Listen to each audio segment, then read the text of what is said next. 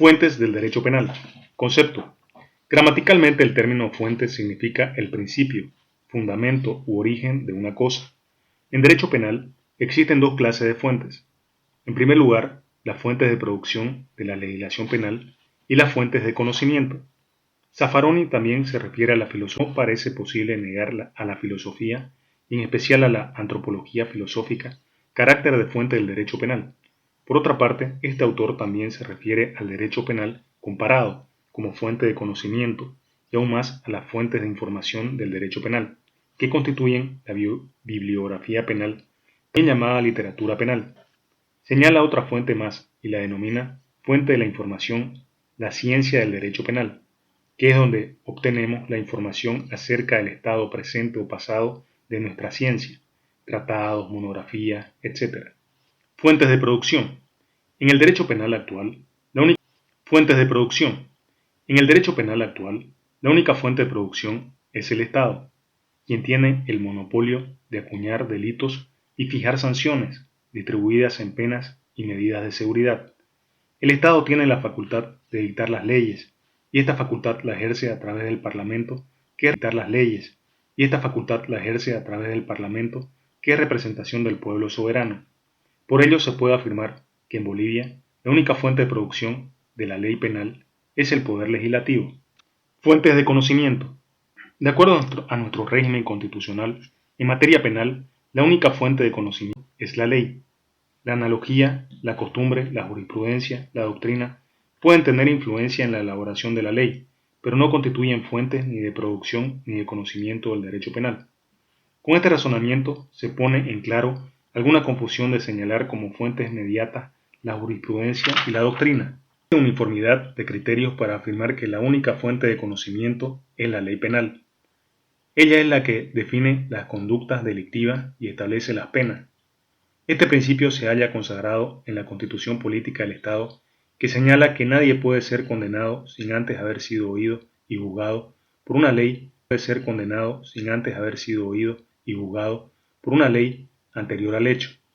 Sus caracteres principales los señala Luis Jiménez de Asua: exclusiva, porque sólo la ley crea delitos y establece sanciones; obligatoria, porque obliga a todos los habitantes del territorio nacional; igualitaria, ya que todos son iguales ante la ley por precepto constitucional; constitucional, porque es elaborada por el Poder Legislativo, de acuerdo a las atribuciones que le confiere la Constitución Política del Estado. La ley penal en blanco.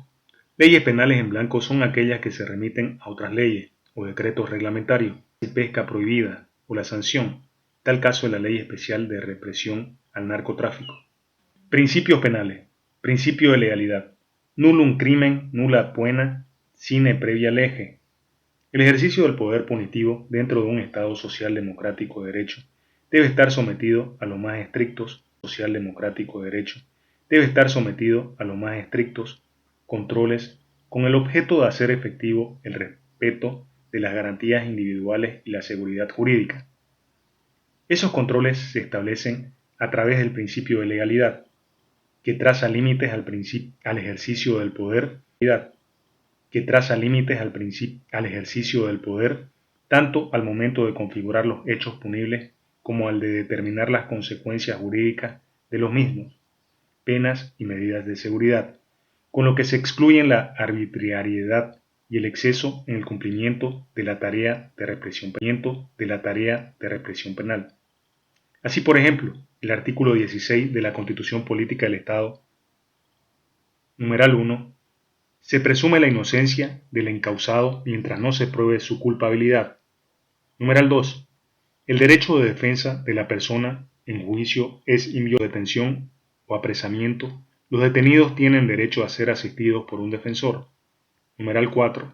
Nadie puede ser condenado a pena alguna sin haber sido oído y juzgado previamente en proceso legal, ni la sufrirá si no ha sido impuesta por sentencia ejecutoriada y por autoridad competente. La condena penal debe fundarse en una ley anterior al proceso, y sólo se aplicarán las leyes posteriores cuando sean más favorables al encausado. Concordante con el artículo 1 del Código Procesal Penal, ninguna condena sin juicio previo y proceso, juicio previo y proceso legal. Nadie será condenado a sanción alguna si no es por sentencia ejecutoriada, dictada luego de haber sido oído previamente en juicio oral y público, celebrado conforme a la Constitución, las convenciones y tratados internacionales vigentes y este código. El Despatch, en su tratado, en el año 1801. Su origen histórico se remonta a 1215, en la Magna Charta Libertatum, arrancada al rey Juan sin Tierra, en Inglaterra. Esta Carta Magna establecía que sólo eran admisibles las sanciones frente a las personas libres, en la época de la Ilustración. Recién en la Declaración de los Derechos del Hombre y del Ciudadano del 26 de agosto de 1789 se proclamó el principio de legalidad, declaración que de alguna manera recogió la Declaración de la Constitución norteamericana de 1776. Por ello sostiene Scheck que el origen del principio de legalidad es político y no jurídico, el mismo que tiende a excluir la arbitrariedad del Estado como perturbación irracional, con el postulado de la existencia de derecho a la libertad, naturales e inquebrantables para todas las personas, con la limitación de la misión para todas las personas, con la limitación de la misión del Estado a la protección jurídica y con el requisito de la seguridad y certezas jurídicas en favor de la cada vez más influyente burguesía. Actualmente, el principio de legalidad tiene importancia fundamental en el derecho penal y constituye una garantía para la seguridad jurídica. Encuentra así expresión el Estado de Derecho en su forma primera, la expansión del principio de legalidad a otras disciplinas y su generalización a todos los ámbitos del Estado moderno, no puede oscurecer el hecho de que ha sido precisamente a través de las leyes penales donde ha operado y sigue vivo el más persistente esfuerzo para asegurar las libertades básicas del ser humano. En nuestro ordenamiento jurídico positivo, el principio de legalidad se halla consagrado en ser condenado a pena alguna sin haber sido oído y juzgado previamente en proceso legal, ni la sufrirá si no ha sido impuesta por sentencia ejecutoriada y por autoridad competente. La condena penal debe fundarse en una ley anterior al proceso y solo se aplicarán las leyes posteriores cuando sean más favorables al encausado.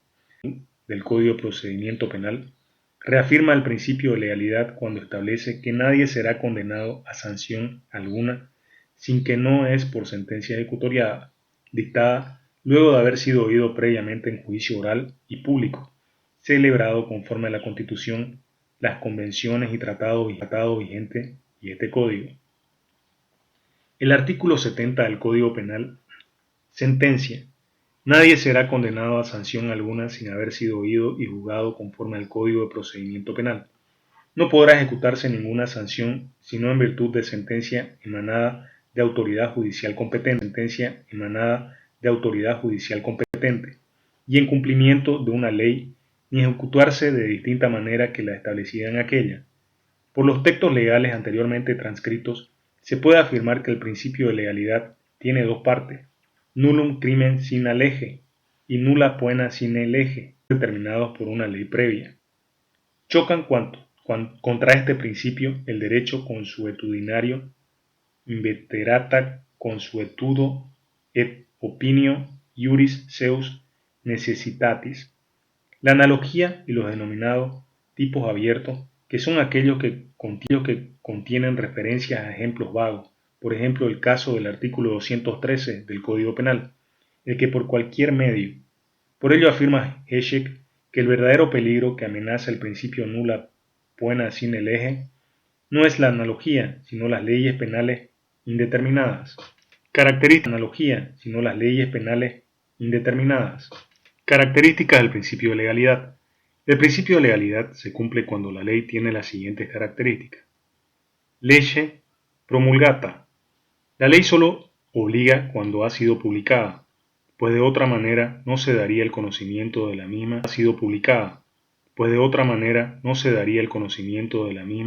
y ese déficit de certeza se traduciría en inseguridad jurídica, porque no se puede someter a la obediencia de la ley que se ignora. No basta el cabal diseño de tales modelos de conducta y de la forma de investigación, sino que es necesario que el hombre tenga certeza de los mismos, es decir, que haya conocido de manera previa a la realización de la conducta tachada de delictiva por el contenido de la ley.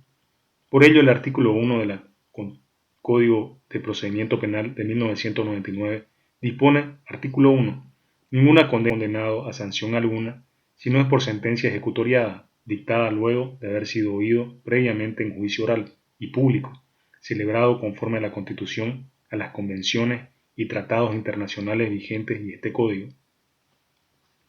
El Estado debe procurar con facilidad y de un modo seguro el conocimiento arsenal de normas configure el ordenamiento jurídico, porque esto no solo dificulta sino que imposibilita su conocimiento. Esto significa que si el Estado impone el conocimiento de la ley, contrae ipso facto la obligación de facilitar su conocimiento.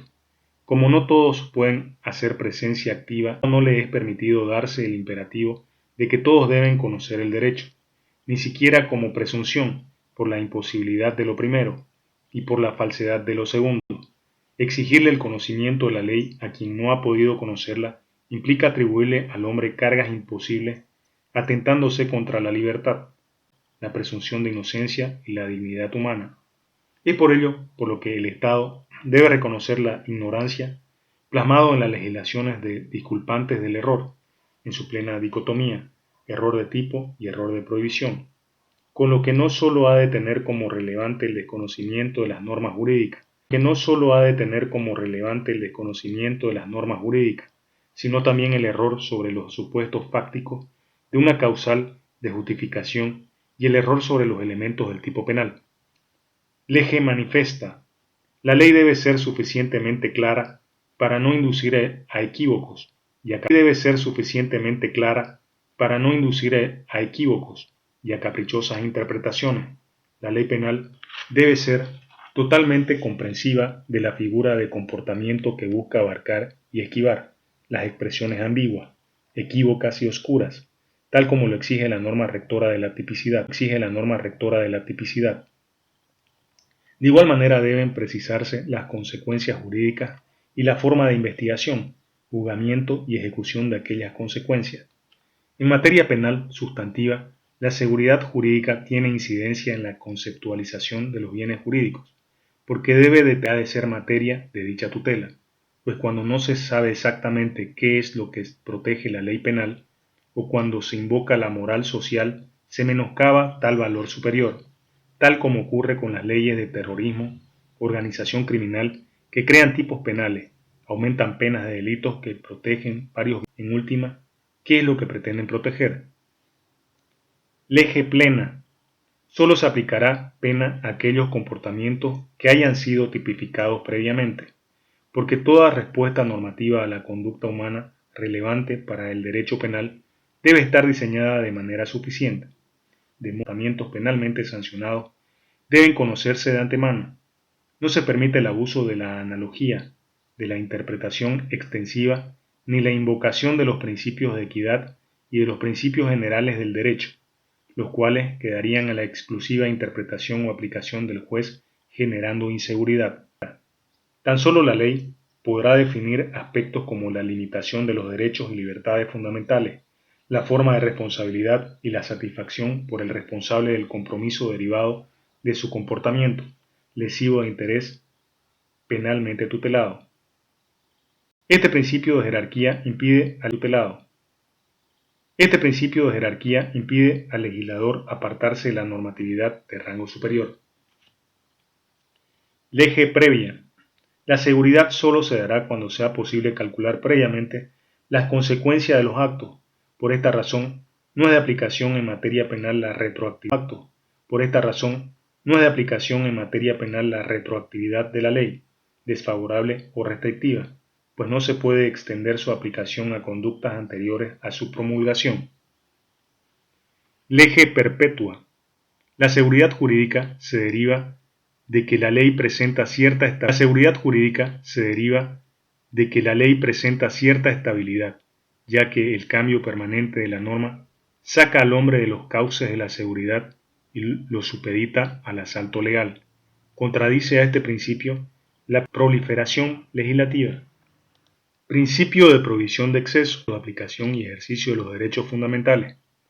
El núcleo esencial de un derecho fundamental es resguardado indirectamente por el principio constitucional del fin legítimo a alcanzar frente a la limitación del derecho fundamental, mediante la prohibición de limitación desproporcionada de su libre ejercicio. El Estado establece determinados límites de protección de derechos de la persona, tal el caso, por ejemplo, de los siguientes artículos. 20. Numeral 1. Son inviolables la correspondencia y los papeles privados, los cuales no podrán ser incautados sino en los casos determinados por las leyes, en virtud de orden escrita y documentos privados que fueren violados o sustraídos. Artículo 21. Toda casa es asilo inviolable. De noche no se podrá entrar en ella sin consentimiento del que la habita, y de día solo se franqueará la entrada a requisición escrita y motivada de autoridad competente. Artículo 22, numeral 1. Se garantiza la propiedad privada siempre que el uso que se haga de ella no sea perjudicial al interés colectivo. Numeral 2. La expropiación se impone por causa de utilidad pública o cuando la propiedad no cumple una función social calificada conforme a ley previa indemnización justa. Principio de proporcionalidad. El principio de proporcionalidad equivale a una prohibición de exceso que se traduce en algunos artículos constitucionales. Artículo 2. Estado social y democrático de derecho. Principio de dignidad humana. Artículo de derecho. Principio de dignidad humana. Artículo 7. Principio de efectividad de los principios, derechos y deberes consagrados en la Constitución. Artículo 12, 13 y 14. Reconocimiento de los derechos inalienables de la persona. Artículo 15. Responsabilidad de la persona. Artículo 15. Responsabilidad por extralimitación de las funciones públicas. Artículo 17. Prohibición de la pena de muerte. Artículo 12. Prohibición de penas crueles, inhumanas o degradantes. Artículo 6, inciso 1. Derecho a la personalidad jurídica. En materia sancionatoria, este principio tiene importancia singular en la medida en que se exige que entre la sanción y la conducta realizada exista una relación de proporción, relación que resultará decisiva a la hora de considerar restricciones graves a los derechos fundamentales como la libertad. Consiste en establecer si la medida persigue un fin constitucionalmente válido, resulta idónea y necesaria, y finalmente resulta proporcionada en sentido estricto. Debe advertirse que el juicio de proporcionalidad, como el de igualdad, está sujeto a diversas intensidades. El juicio a la afectación del derecho constitucional fundamental o se afecte su núcleo esencial y débil, cuando se trate de la zona de penumbra. Esto es aquella no cobijada por el núcleo esencial, o se trate de asuntos como los económicos y de servicios públicos, en los cuales la libertad de configuración legislativa se reputa mayor, habida cuenta que es imposible hacer un cálculo matemático para aplicar una determinada sanción, pena o medida de seguridad. Por la lesión de un bien jurídico, la aplicación de ella no debe ser excesiva y debe estar en relación a la norma violada. Así, por ejemplo, será menor la pena que se imponga a un delito contra el patrimonio, el robo, frente a un delito contra la vida, homicidio. A este respecto, Zaffaroni dice: con este principio no se legitima la pena como retribución, porque se limita a suspender el conflicto sin resolverlo. Simplemente se afirma que dado que el derecho penal debe escoger entre irracionalidad para impedir el paso de mayor contenido, no puede admitir que a esa naturaleza no racional del ejercicio del poder punitivo se agregue una nota de máxima irracionalidad, por la que se afecten bienes de una persona en desproporción grosera con el mal que ha provocado. Principio de culpabilidad. Artículo 13. No hay pena sin culpabilidad. No se le podrá imponer pena a la gente. Pena sin culpabilidad. No se le podrá imponer pena a la gente si su actuar no le es reprochable penalmente.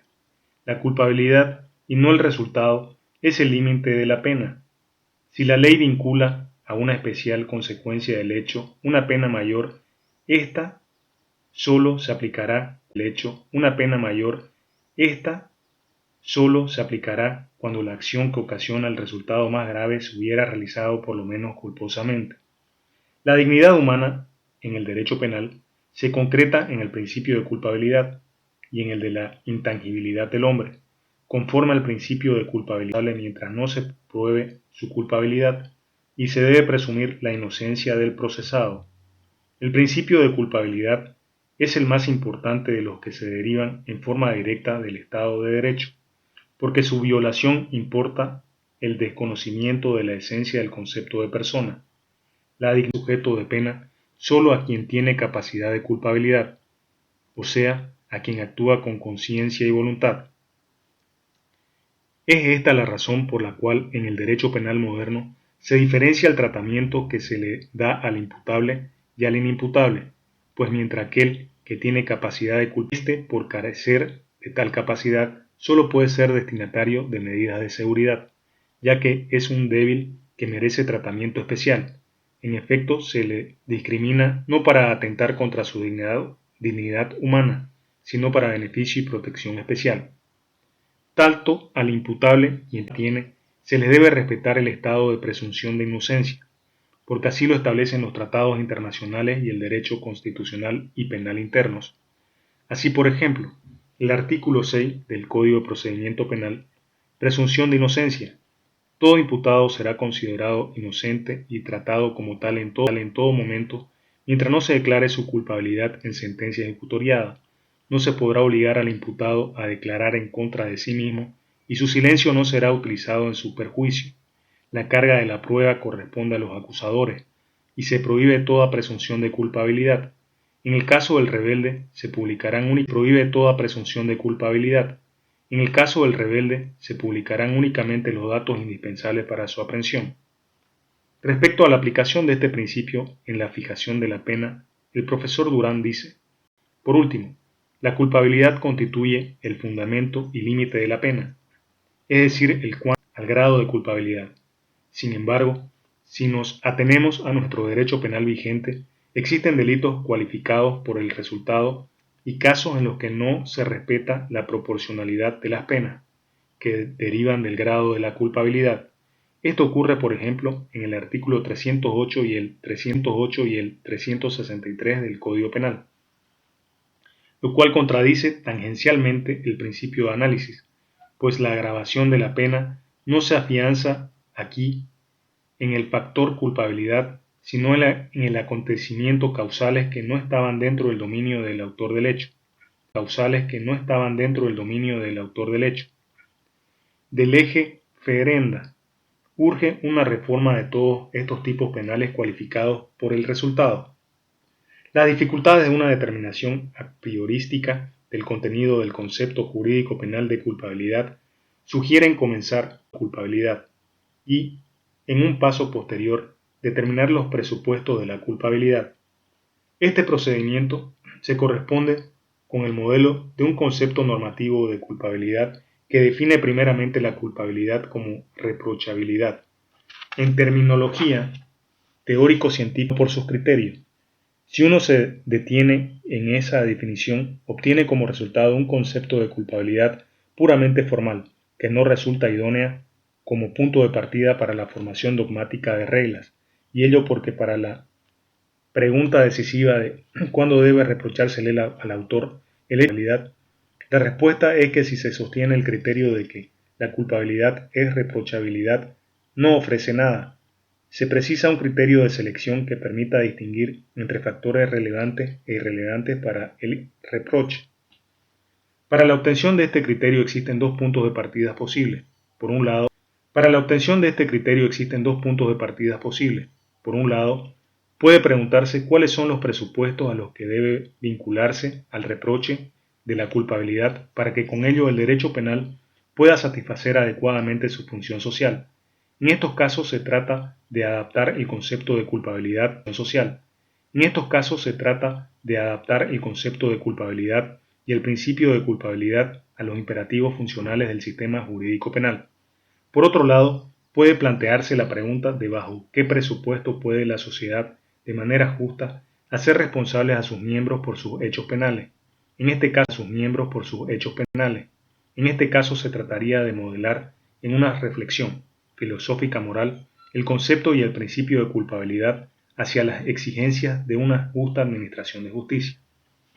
Antes de pasar a confrontar ambas posiciones, deben constatarse, en primer lugar, el concepto ontológico de culpabilidad. Ambas concepciones están de acuerdo en que el juicio de culpabilidad es un acto de atribución de culpabilidad y no una formulación del conocimiento del ser.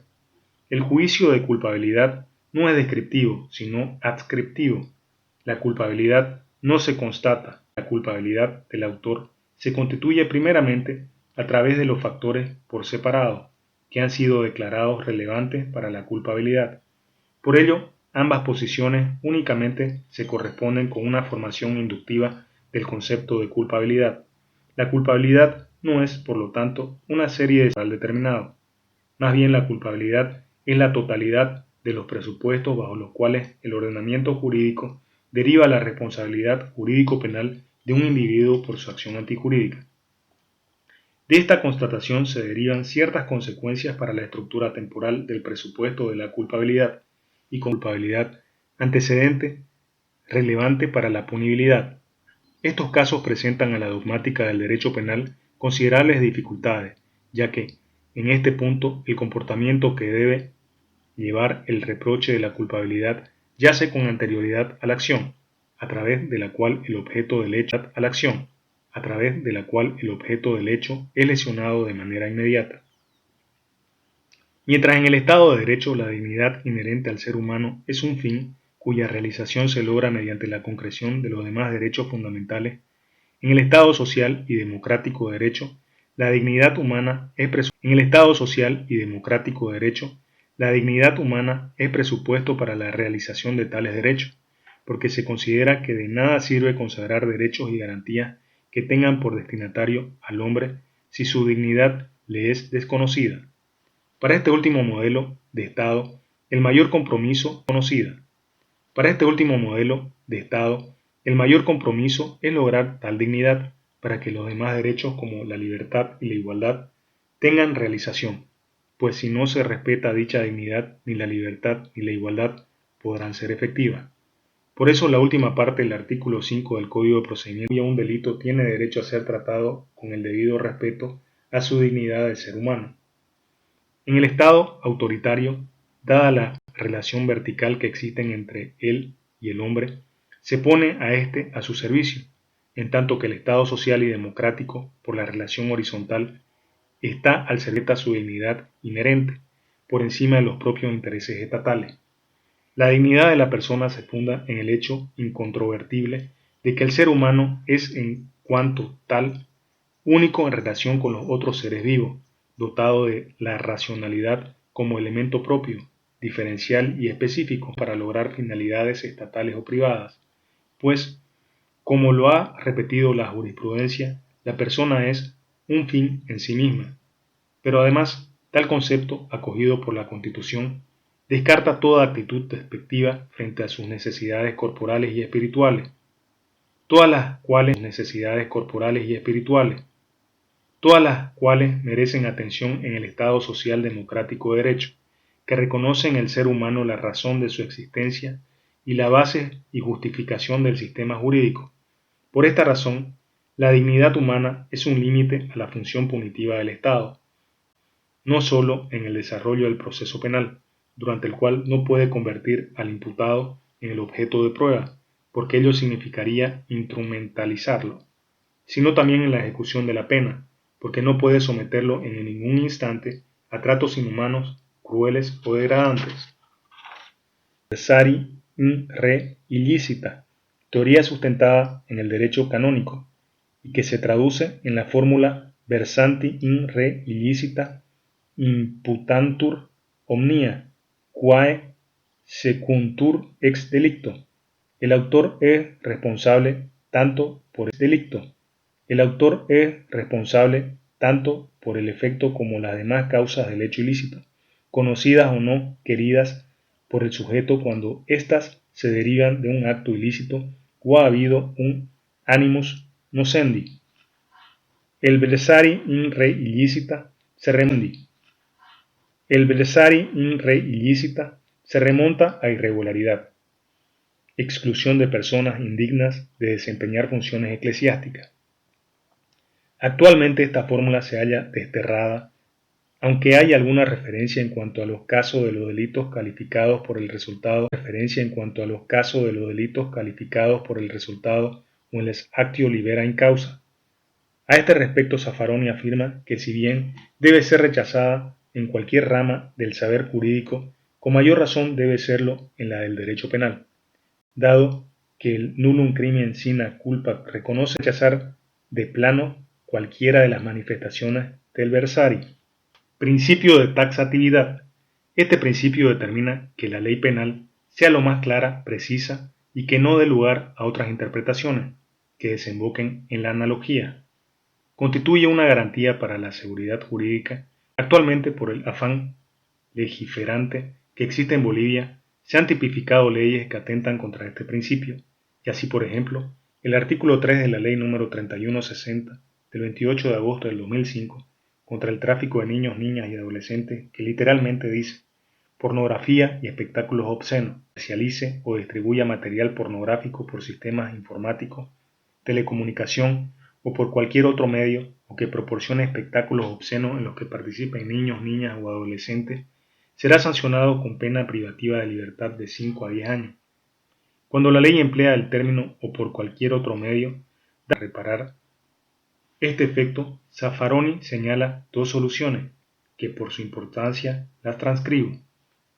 Cuando los límites legales no se establecen de esta forma, cuando el legislador prescinde del verbo típico y cuando establece una escala penal de amplitud insuscitada, como cuando remite a conceptos vagos o valorativos de dudosa precisión. El derecho penal tiene dos posibilidades: declarar la inconstitucionalidad de la ley o aplicar el principio de máxima taxatividad interpretativa. La elección entre ambos términos no puede ser arbitraria. Hay criterios que indican la preferencia por alguno. En principio, debe optarse por la inconstitucionalidad cuando la aplicación de la máxima taxatividad interpretativa resulta demasiado artificiosa, lo que sucede cuando carece de todo punto de apoyo legal, o éste debe ser hallado en un ámbito muy lejano, como también cuando la ley contiene una irracionalidad irreductible que no responde a un notorio error material de impresión. Referirse la inconstitucionalidad, porque el otro camino, aunque lo recoja la doctrina y la jurisprudencia, no impide un ámbito de arbitrariedad selectiva de las agencias ejecutivas y de prisiones preventivas. El Tribunal Constitucional de Bolivia ha declarado la inconstitucionalidad del artículo 300 de normas rectoras anotadas anteriormente por el profesor Zaffaroni. Una revisión de la parte especial del CPB, Código Penal Boliviano, nos lleva a la conclusión de que existen muchos tipos penales que violan el principio de taxatividad e incurren en analogía.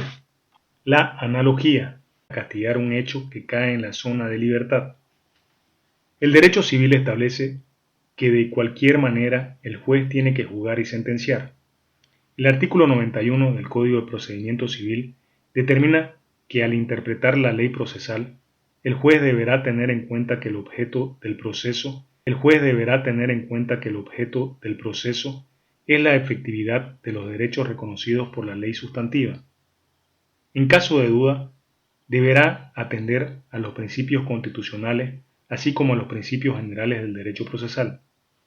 Para dotar de mayor seguridad jurídica a las partes, el artículo 193 del Código de Procedimiento Civil textualmente dice: el juez no podrá dejar de fallar en el fondo de las causas cometidas a su juzgamiento, bajo pretexto de falta, oscuridad o insuficiencia de la ley, ni salvar los derechos de los litigantes para otro proceso, las leyes análogas o la equidad que nace del ordenamiento jurídico del Estado.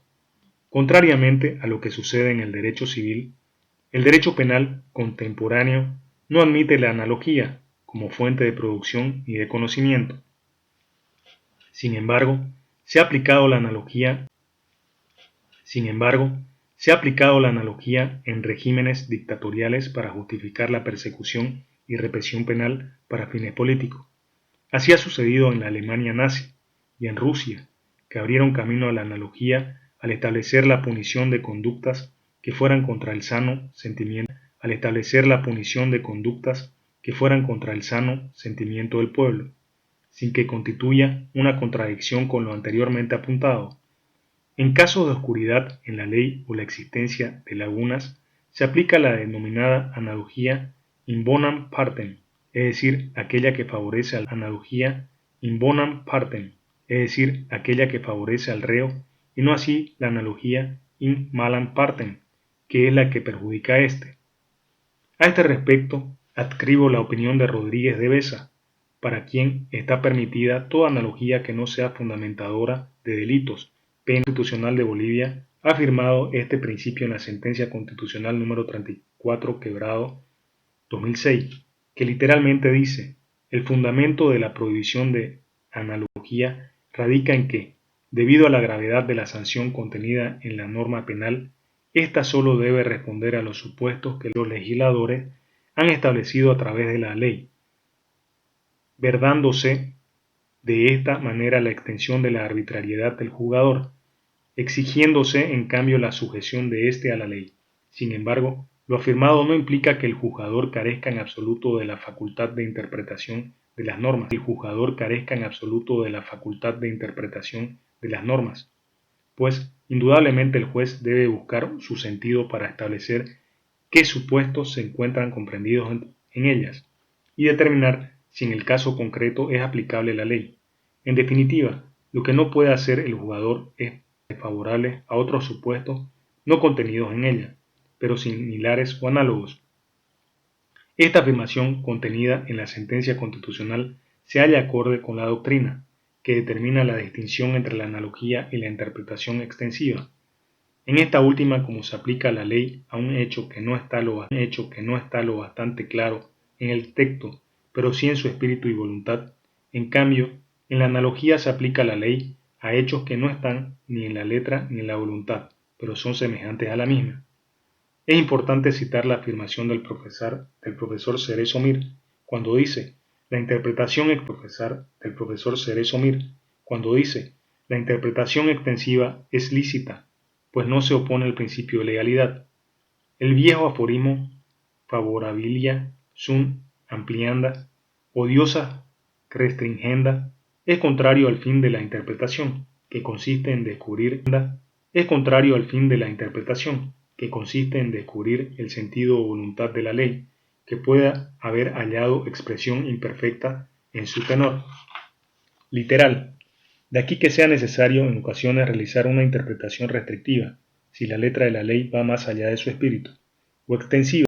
Ahora bien, el sentido de la ley tiene que haber hallado expresión, aunque imperfecta, en su tenor literal. La interpretación ha de mantenerse dentro de los límites del sentido literal posible del precepto. La costumbre. Se entiende por costumbre aquellos usos sociales generadores de una norma jurídica.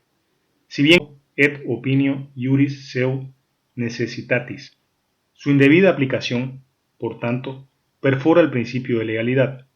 Empero, existen algunos casos en los que, de alguna manera, se aplican los usos sociales, tales como los señalados por Rodríguez de Besa, quien cita dos grandes zonas de influencia de la costumbre en el derecho penal: la fundamentación de las causas de exclusión de la responsabilidad, que considera eximente el cumplimiento de un deber o el ejercicio legítimo de un derecho, oficio o cargo, artículo 11, inciso 3, legítimo de un derecho, oficio o cargo, artículo 11, inciso 3 del Código Penal Boliviano de 1972, derogado por la reforma de 1997, que pueden descansar en el derecho consuetudinario y en los delitos culposos al establecer que se entiende por diligencia debida, la cual depende en muchos casos de la costumbre. Jiménez de Azua concede a la costumbre integrativa la calidad de fuente productora en derecho penal, de segundo grado, porque hay leyes en blanco que se refieren al derecho civil, comercial, administrativo, es decir, a menudo regidos por la costumbre. Sin embargo, dice, la costumbre contra legem y la supletoria no son fuentes del derecho penal. La jurisprudencia. Constituye jurisprudencia los fallos uniformes dictados por la Corte Suprema de Justicia, que determinan doctrinas sobre algunas instituciones de la legislación positiva. Es una guía para los jueces y tribunales de instancia, los que, salvo excepciones de doctrina jurisprudencial, no están obligados a seguirla. En nuestro país, la jurisprudencia se halla plasmada en la Gaceta Judicial y en los extractos consignados en la publicación anual del Tribunal Supremo de Justicia, con el título de Informe de Labores. La jurisprudencia bien sienta doctrina sobre alguna institución o algún punto no aclarado por el Código, por ejemplo, que debe entenderse por embriaguez plena y fortuita o enajenación mental, no constituye de ninguna manera fuente productora de derecho penal, aunque en términos leguleyescos mal fundados, algunos abogados formulan su defensa citando casos de jurisprudencia como si constituyeran el derecho positivo. Inestimable para conocer el derecho realmente vivido, los criterios interpretativos que efectivamente se aplican, interpretación usual, pues los tribunales inferiores tienden a acomodarse a la doctrina jurisprudencial sentada por el Tribunal Supremo la ejercita modificando. El valor de la jurisprudencia deriva de su conformidad con la ley. Actualmente existe un giro copernicano respecto al papel de la jurisprudencia, y sucede que con la nueva legislación vigente en el país, algunos juristas sostienen que ésta adquiere la calidad de fuente de conocimiento, y para ellos apoyan en disposiciones de dos leyes. En efecto, el artículo 44 de la Ley número 1836 del 1 de abril de 1998, Ley del Tribunal Constitucional, textualmente dice, vinculados al cumplimiento de las resoluciones pronunciadas por el Tribunal Constitucional, las sentencias, declaraciones y autos del Tribunal Constitucional son obligatorios y vinculantes para los poderes del Estado, legisladores, autoridades y tribunales. Todos los órganos del Estado prestarán al Tribunal Constitucional con carácter preferente, urgente e inexcusable la asistencia que éste requiera. Por parte del artículo 420 de la Ley número 1770 del 25 de marzo de 1999, Código de Procedimiento Penal, dice: efectos. La Sala Penal del Tribunal Supremo de Justicia pondrá en conocimiento de los tribunales y jueces inferiores las resoluciones de los recursos de casación en la que se establezca la doctrina legal aplicable. La doctrina legal establecida será obligatoria para los tribunales y jueces inferiores y sólo podrá modificarse por medio de una nueva resolución dictada con motivo de otro recurso de casación. No estoy de acuerdo con esa posición porque en ninguno de los casos se establece que se dicte una nueva ley, que insisto es la única fuente de conocimiento, sino que hay una verdadera interpretación teológica de doctrina jurisprudencial, pero no apartada de la ley. Si bien tienen carácter vinculante y obligatorio, sin embargo no constituyen ley. Esto es tan evidente que la ley del Tribunal Constitucional en el artículo 4 dice textualmente: en caso excepcional de que una ley, decreto o cualquier género de relación con la Constitución, los tribunales, jueces y autoridades aplicarán a sus decisiones la interpretación adoptada por el Tribunal Constitucional. Y el artículo 420 del procedimiento penal es tan claro que en su segundo párrafo establece que la doctrina legal establecida será obligatoria para los jueces y tribunales.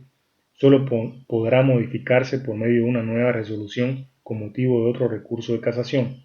En consecuencia, reitero que las dos leyes citadas anteriormente, si bien dan la facultad de sentar doctrina jurisprudencial,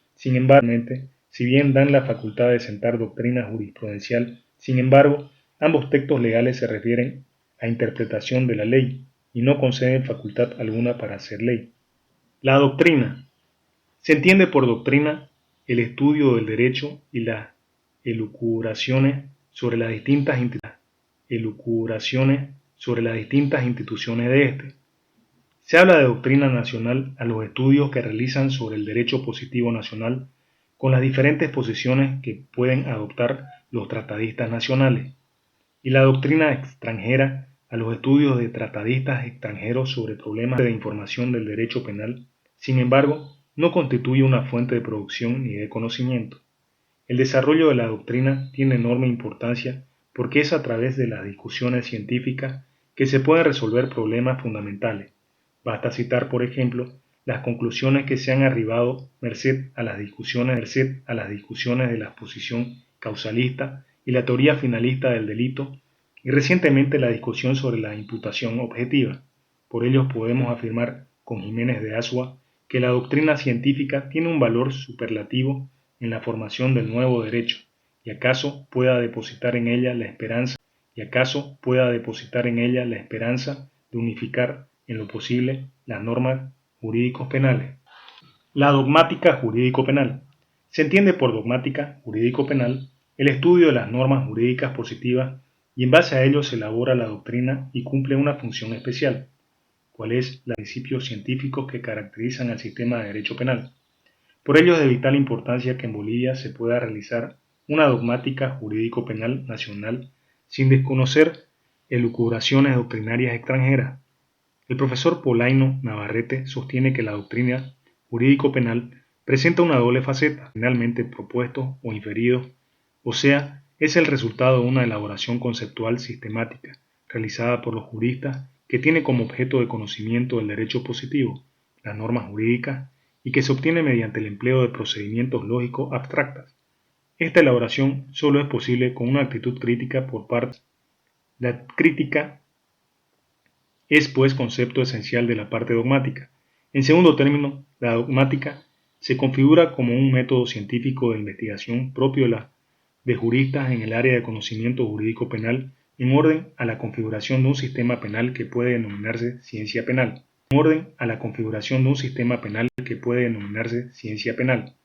La dogmática jurídico-penal se limita al texto legal dado, esencialmente el Código Penal, sometiéndolo a consideración crítico-sistemática, y desde esta perspectiva cumple el relevante cometido de inspirar la jurisprudencia en materia criminal, de conflictos que caracterizan el sistema del derecho penal.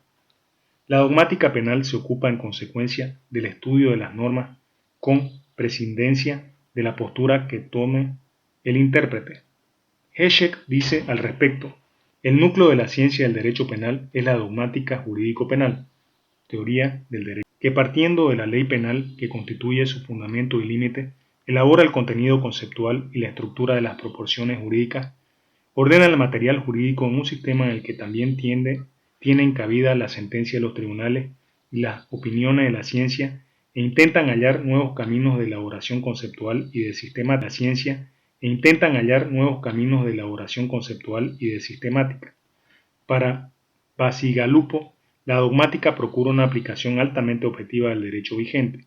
Sin embargo, dice, no puede lograr una objetividad total, la exclusión absoluta de puntos de vista del intérprete.